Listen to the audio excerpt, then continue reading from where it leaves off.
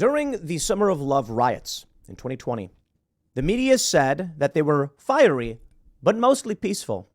And they showed imagery, video, live footage of a police station being burned to the ground. The media consistently defends far-left extremists, and now it's just escalated to a more extreme degree. From the Post-Millennial, breaking. Katie Hobbs' press secretary posts threats of violence against transphobes on Twitter. That is right. A Democrat staffer has directly threatened extreme violence, murder, death following the shooting that took place in Nashville by a transgender individual. A Democratic staffer is threatening anyone who is a quote unquote transphobe. Now, of course, we know what that means. They're referring specifically to conservatives and independents, disaffected liberals, those of us who are saying, hey, you should not be giving children these drugs and surgeries. They call that transphobic. Now, there's a lot more to it. There have been people who have refused to date trans people who have been called transphobic. It has been deemed transphobic if you're a male attracted to females. If you will not sleep with a biological male trans woman, they call that transphobic. But there's more than just this. There's more than just this, and it's particularly worrisome. From Timcast.com, trans activists threaten to kill Tennessee lawmakers.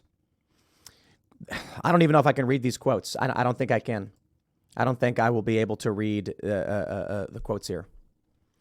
So let me tell you about this story and understand that I don't know what to say. I mean, to be completely honest.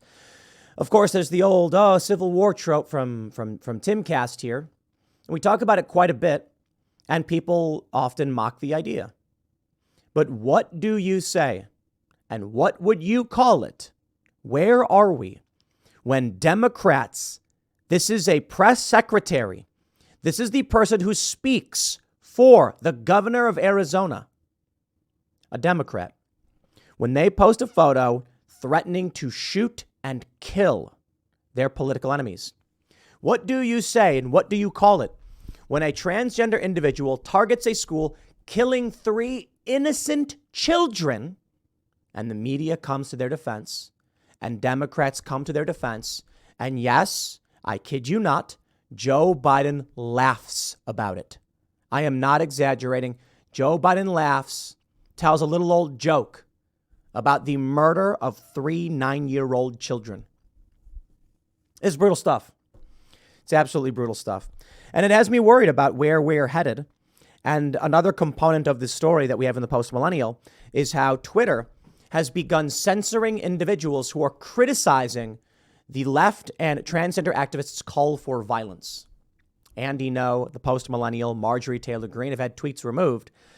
It's a tough conversation. And I want to break this down because I'm not as opposed to this as I am other forms of censorship. That is to say, Twitter should restore the tweets and restore the accounts if they were accidentally taken down. But they're arguing it's because they're trying to prevent violence. So let's do this. Today, rather shockingly, I have a direct sponsor for this channel, and it's everyone's favorite Virtual Shield. Go to Surfing Internet Safe and download your copy of Virtual Shield, $8.33 per month. This is a virtual private network service that protects you as you browse the web. They say it's your Swiss Army knife to keep you safe and private online. Browse the web anonymously and fight back against censorship and big tech. Malware and ad blocking make browsing more convenient while keeping you protected. Upgrade to protect your identity from data breaches. A virtual private network will keep you safe from corporations, governments, and other nefarious actors who are trying to steal your data or spy on you. It also can help bypass censorship and restrictions. It's not a magic bullet or anything like that, but it is a basic layer of security. And I want to give a shout out to Virtual Shield. I don't do a lot of ad reads on this channel, but they are my first ever sponsor back when my channel only had a few thousand subs, and they've helped us for a long time by sponsoring the shows. So again, go to surfinginternetsafe.com, fight back against censorship, and pick up your copy. Special thank you to Virtual Shield. Again, surfinginternetsafe.com, link in the description below. Let's read the news from the Post-Millennial. They report Arizona Governor Katie Hobbs, notoriously progressive press secretary Jocelyn Berry, tweeted out a photo of a woman pointing two guns in response to what she considers to be transphobia.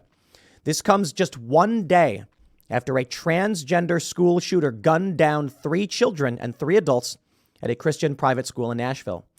Quote, "Us when we see transphobes," the tweet read.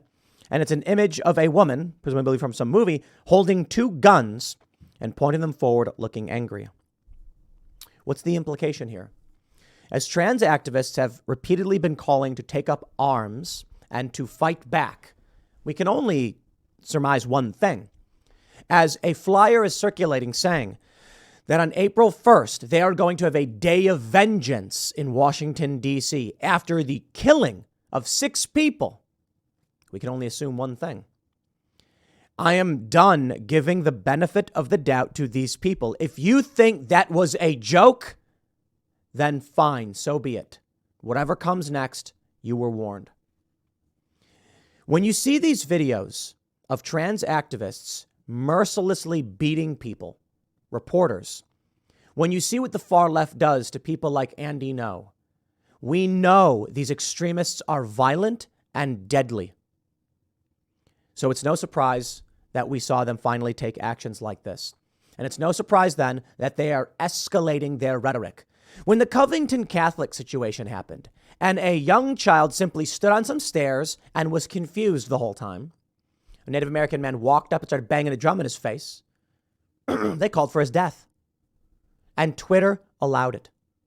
Yeah. Twitter allowed it. They go on to say the image appears to be in violation of Twitter's policy against violent threats, which states you may not threaten to inflict physical harm on others, which includes, but is not limited to, threatening to kill, torture, assault, or otherwise hurt someone.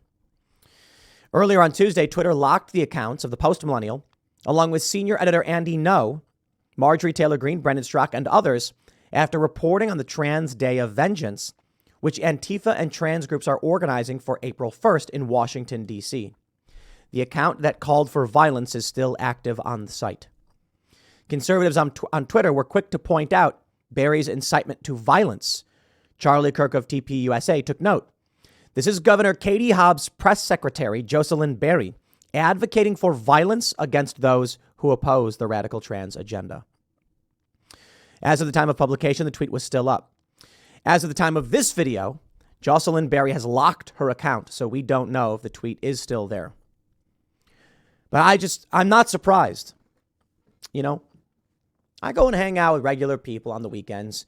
I've been mostly turning off the internet on Saturday. Not completely. I still get notifications and texts because I don't believe in this, you know, just they do this internet detox day thing. It's like, well, that's for you. That's for you. It's not for me.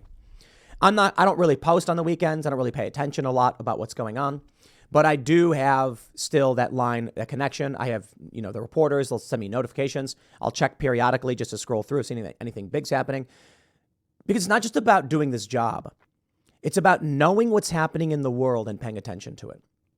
So when I'm sitting next to people at a bar or a restaurant, or we're hanging out at the poker tables or at a skate park, and people have no idea what's happening, I warn you, this is why you need to know, because on April 1st, these people are calling for death and murder. I'm not exaggerating. From Timcast.com, I can't read some of these quotes because they're direct calls for death and violence. Several trans activists suggesting doxing and killing Tennessee lawmakers after passing legislation in the state. One Twitter user shared a screenshot from an LGBTQ Nation article claiming Tennessee lawmakers were requiring transgender identifying youth to detransition by next year. Quote, "This is what genocide looks like," the original poster wrote. In a now deleted tweet, another user with the handle, Nihilist, quote tweeted the original poster saying, "These people forcing youth to detransition have names and addresses." They say, "You let me know where I can get my hand on," and then they make a threat. Said the third user, who goes by I'm not going to read all of that. Andy Ngo tweets, "Far left extremists and militant trans activists are threatening to injure or kill lawmakers in Tennessee as revenge for the state banning the medical transitioning of minors. Their violent threats have surged in recent weeks." The third user addressed their deleted tweet shortly after saying, I will get rid of this tweet because naturally I don't want my own personal rhetoric to become representative of a whole myriad of different people, as this is what seems to be happening. You know, it's not just you as to why that's happening. It's because Jocelyn Berry, it's because many others are all doing the exact same thing. It's because Twitter stated that there were over 5,000 posts calling for a day of vengeance less than 1 week after a trans person shot and killed 9-year-old children. Could you imagine? Could you imagine if some white male Christian shot up a school or a church and then all of conservative media started putting out calls for vengeance? It's insane. This is where we are. Joe Biden jokes about motives of trans school shooter, says he has no idea if Christians were targeted. Oh, he laughs. He laughs. Do you believe that Christians were targeted? Here's the video. It's kind of hard to hear. I have no idea. Josh Foley believes they were. What do you say to that? Well, I probably don't then. Probably don't. Oh, I'm joking. Children are dead. Wow. So a reporter asks Joe Biden, do you think Christians were targeted? And I have no idea. And then he says, Josh Hawley thinks they were. And he goes, oh, then I probably don't then. I'm joking. Why? Holy crap. Man, these are crazy days. Crazy days indeed. I think what people don't understand about civil war is the tribal rage that sparks it. I don't know what they think is going to happen. They think that you got to see like two armies marching down the street with guns being like, oh, what? Yes, because two military forces must clash at the Battle of Bull Run before you have a civil war. Yeah, or tribal ideologues take up guns and start killing people like every other civil war. It's absolutely insane. Let me tell you where we are as a country. Joe Biden laughed at the idea that Christians were targeted and killed simply because Josh Hawley suggested it was true. Or more importantly, Joe Biden was told that Josh Hawley believes it's true. Biden then laughs and says, I probably don't then. That is to imply this country has bifurcated to a point where Joe Biden jokes that if a Republican believes it, he won't. Don't you get it? That is what drives civil war. The idea that you could laugh at dead children because your political enemy says they were targeted for being Christians says so much. You know, a lot of people will give Joe Biden the benefit of the doubt. Oh, he was just kidding. Calm down. No, I won't. I won't. I can't. I refuse. You don't give them the benefit of the doubt. Where we're headed is the bifurcation of American society. It's already happened, but it's generational. I was talking to Kimberly Guilfoyle last night on Timcast IRL. She said that she worked for CNN before they got woke and went broke. And I was asking her, like, how did this happen? When did this happen? How did this shift happen? You must have been witnessing it. And she talks about a gradual shift and fighting to sneeze over here. Sorry about that. And here's what I think happened. Millennials were raised on the internet in a hyper-polarized world due to the social media algorithms. It's too late. I believe it is too late. It's happened. Millennials, Gen Z, and the younger generation have already hyperpolarized because of social media. There are two different countries that exist.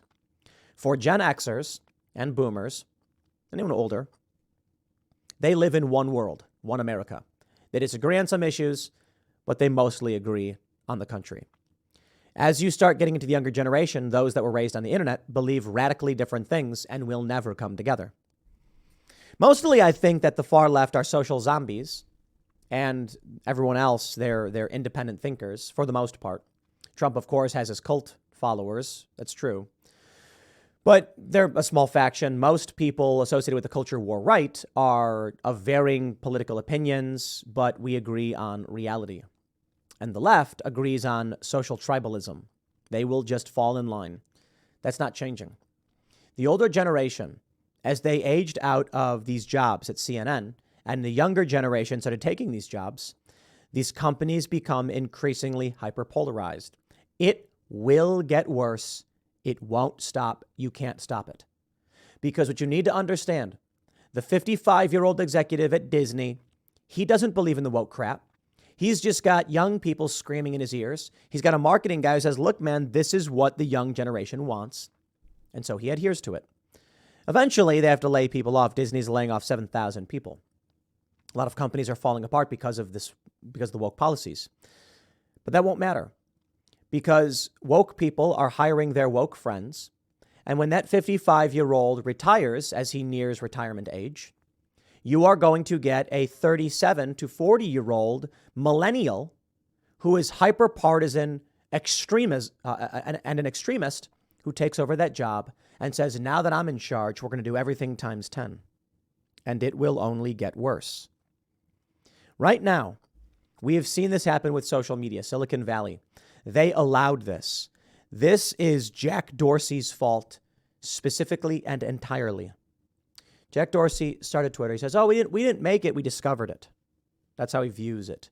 Because people were creating the culture around Twitter, like the @ symbol and the hashtag sign.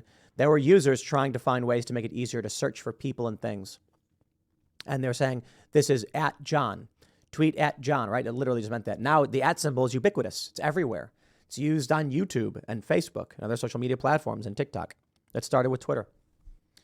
But Jack Dorsey could have created a robust space for dialogue and communication. Instead, he said, give me my money. I don't care about the rest. And so when the radical extremists started taking over, he just said, give them whatever they want so I get paid. And he stood there as our culture was being burned to the ground and the minds of our youth were being poisoned. The same is true for YouTube. The same is true for Facebook. I don't know that it's all on purpose. I just know that it happened, that it's happening, and there's no reversing it. A lot of people ask, like, what should we do? No, there's no reversing it.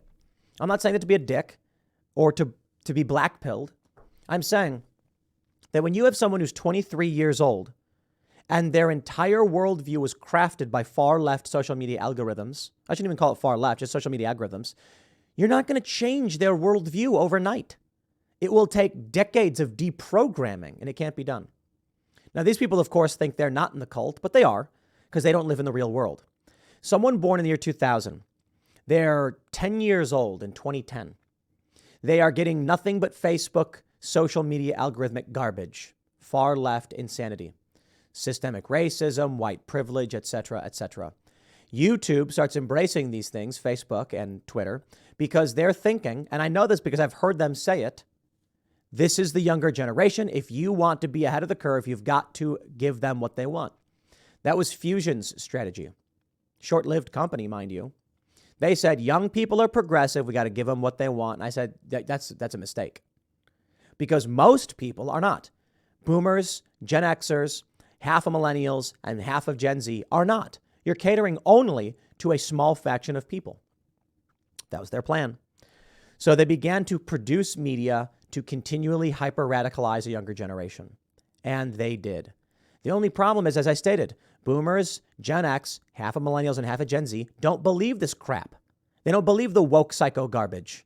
They don't want to take drugs. They don't want kids taking drugs. They don't want sex shows for children.